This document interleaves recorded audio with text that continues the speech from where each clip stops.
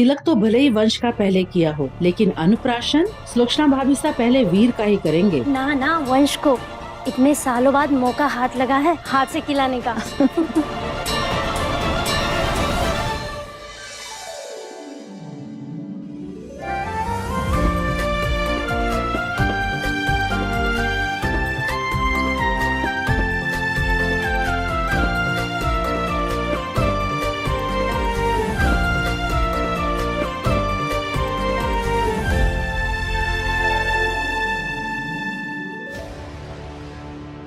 एक माँ के लिए उसके बच्चे हमेशा बराबर होते हैं। वो दो बच्चों में कभी भी भेदभाव नहीं करती, उसके लिए सब बराबर होते हैं।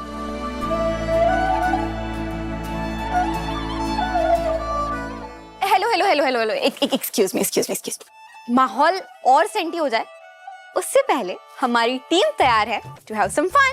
तो जैसा कि हमारी बुलबुल चाची कहती है, माहौल में हमेशा हंसी मजाक होता रहना चाहिए, तो म्यूजिक रुकना नहीं चाहिए। म्यूजिक। आग हवा का खेल प्रीत ये किस्मत की भड़काए, वो भीतर महके कस्तूरी सी हाथ मगर ना आई।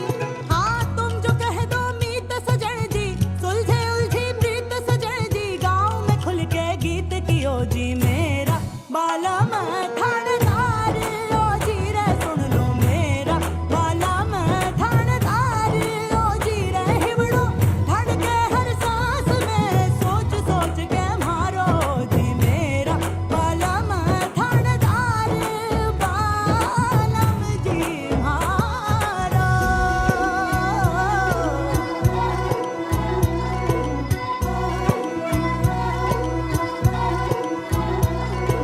प्रीत कोई ये तर्क न जाने इसकी अपनी माया, प्रीत कोई ये तर्क न जाने इसकी अपनी माया, हार जीत का फर्क न जाने इसकी अपनी माया।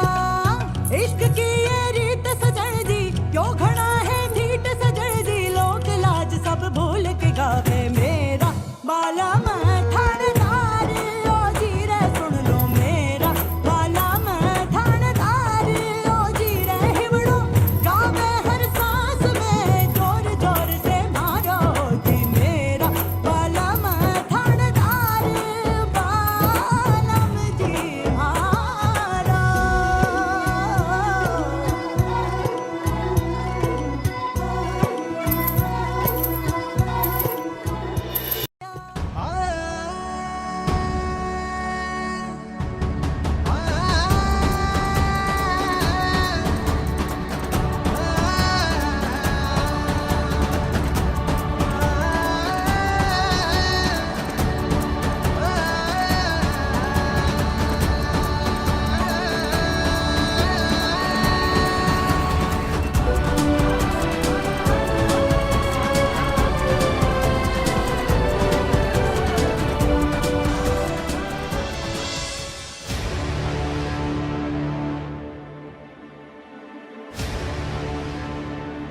ये वाले वेटर भाई साहब के कपड़ों पे तो होटल के नाम की स्पेलिंग बाकी वेटरों से अलग क्यों है? उनको पहले कभी देखा भी नहीं। मेरे को जांचना होगा कि ये आदमी कौन है।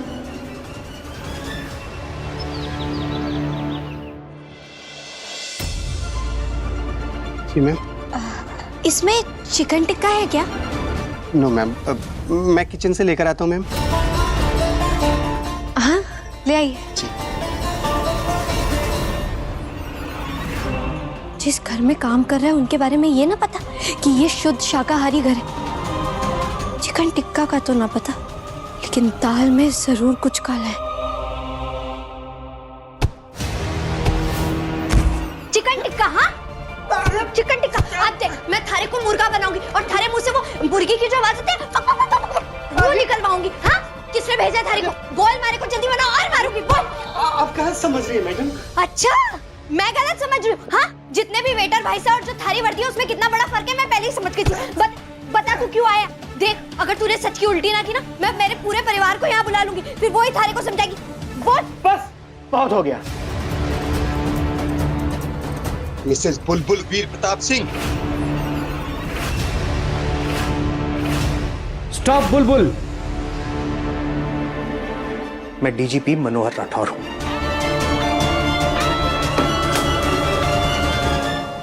अरे सॉरी अब डीजीपी साहब मैं आपको पहचान ही ना पाई। अब जय हिंद। जय हिंद। बाहर बात करें? हाँ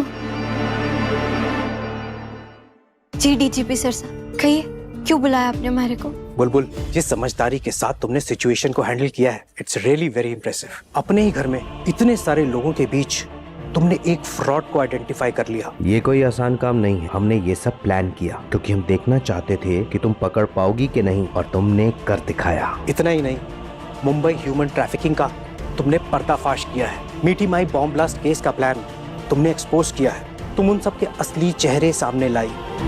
ये कोई छोटी बात नहीं। You are really very sharp. अरे थैंक यू डीजीपी सर साहब, आपका बहुत बहुत थैंक यू। ये कुछ नहीं, ये बस हमारी जो 90% तेज बुद्धि है ना, उसी का कमाल है। वैसे हमारे को आपसे एक बात पूछनी थी। आप वो स्कूल में जो एनुअल डे होता है, उसके जैसे हमारे को हमारी उपलब्धियां क्यों गिना रहे हैं? क्योंकि मुझे तुम्हारी मदद की जरूरत है, हमारे देश के लिए। कई प्राचीन मूर्तियां, बेशकीमती जेवर जो हमारे देश की धरोहर है, जिनकी कीमत करोड़ों में है, उन्हें चोरी किया जा रहा है। इसके पीछे एक बहुत बड़ा और शातिर गैंग है, जिसे हमें किसी भी हालत में पकड़ना है। आजकल उनका टारगेट है अजमेर। हमारे देश के नाम और शान को बचाने के लिए तुम्हें हमारी मदद करनी होगी बुलबुल। डीजीपी सर साहब, आपकी जो चिट्ठी है ना, वो गलत पते पे पहुंच गई है। आपको ना हमारे जो थाने, अब हमारा मतलब है एसीपी वीर प्रताप सिंह से मदद लेनी चाहिए। चुटकी बजाते ही वो ये जो गंदे लोग हैं ना, उन्हें पकड़ लेंगे। नहीं पकड़ पाएंगे। पैसे कैसे ना पकड़ पाएंगे? आप खुद सोचिए। आप लोगों को तो मैंने ही पकड़ लिया, तुम्हारे थानेदार साहब तो एक से बढ़ के एक गुनहगारों को पकड़ सकते हैं। ये काम नहीं कर पाएगा, क्योंकि असली मास्टरमाइंड उसका अपना भाई है, वंश।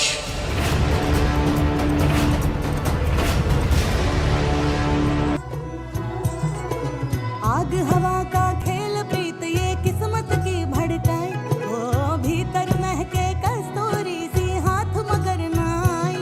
हाँ तुम जो कह दो मीत सजन जी, सुलझे उलझी प्रीत सजन जी, गाँव में खुल के गीत कियो जी मेरा बाला मैं थानेदार, ओ जी रे सुन लो मेरा बाला मैं थानेदार, ओ जी रे हिबड़ो धड़के हर सांस में, सोच सोच के मारो जी मेरा बाला मैं थानेदार, बालम जी मारो।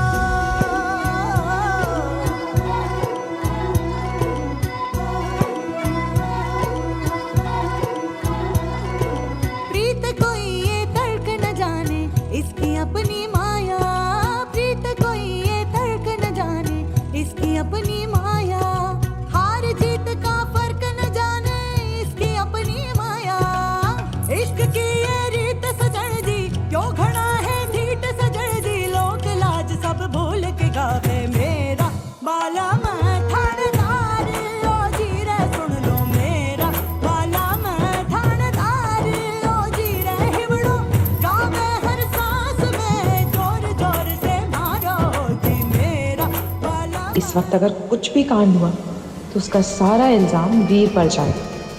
सबको यही लगेगा कि मुंह पे ये भाई भाई करता है, लेकिन असलियत में इसको वंश से बैर है। ये आप क्या कह रहे हैं डीजीपी सर साहब? ऐसा नहीं हो सकता। मैं वंश भाई साहब को जानती हूँ, आपको गलतफहमी हुई है जरूर। इंटेल की खबर पक्की है, देश के साथ गद्दारी करने वाला और कोई नहीं, वंश है हमारा प्राइम सस्पेक्ट और सबसे बड़ा खतरा। मगर अफसोस की बात यह है कि अभी हमारे पास वंश के खिलाफ कोई ठोस सबूत नहीं है। अगर वीर को हम ये काम देंगे तो वंश अलर्ट हो जाएगा और हमारे हाथ से निकल जाएगा। डीजीपी सर साहब, देखिए अभी अभी आपने कहा ना कि आपके पास पक्कम पक्का वाला कोई सबूत ना, तो आप ऐसे कैसे कह सकते हैं कि ये जो बड़ी बड़ी चोरियां हो रही है उसके पीछे वंश भाई साहब का ही हाथ है?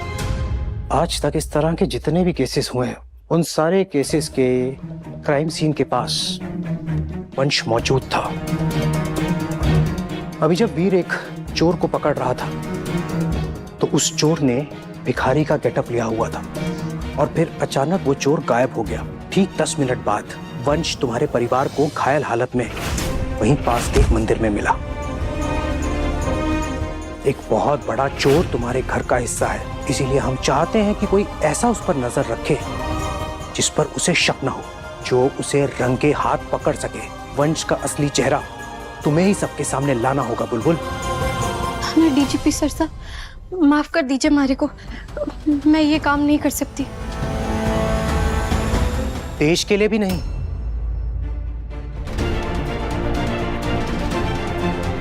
तुम्हें ये करना होगा देश के लिए। तुम्हें एक सच्चे भारतीय होने का, एक ईमानदार पुलिस वाले की बीवी होने का फर्ज निभाना होगा।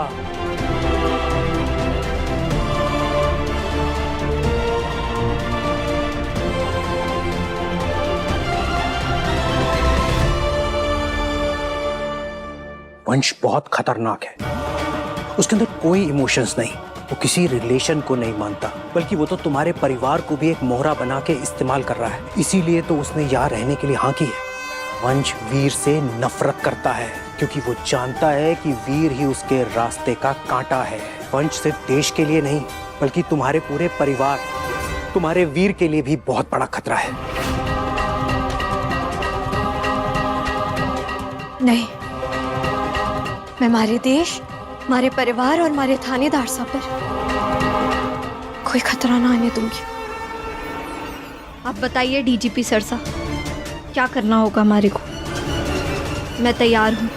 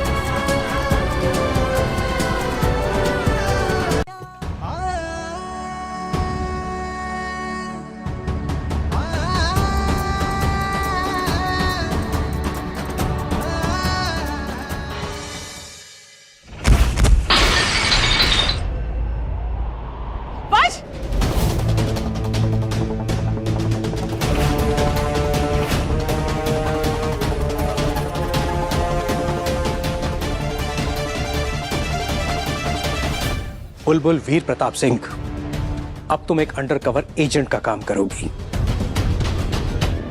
बोले अंडर कवर? वो जो प्लास्टिक की पन्नी आती है, उसके अंदर जाके हमारे को काम करना पड़ेगा? अंडरकवर मतलब गुप्तचर। तुम सीक्रेटली इस मिशन पर काम करोगी, वंश पर नजर रखोगी और इस काम के बारे में किसी को कुछ नहीं बताओगी। वीर को भी इस बात की भनक नहीं लगनी चाहिए। मतलब हमारे को एक बार फिर हमारे थानेदार साहब से सच्चाई छुपानी पड़ेगी। आराम से आराम से आराम से। सब ठीक है?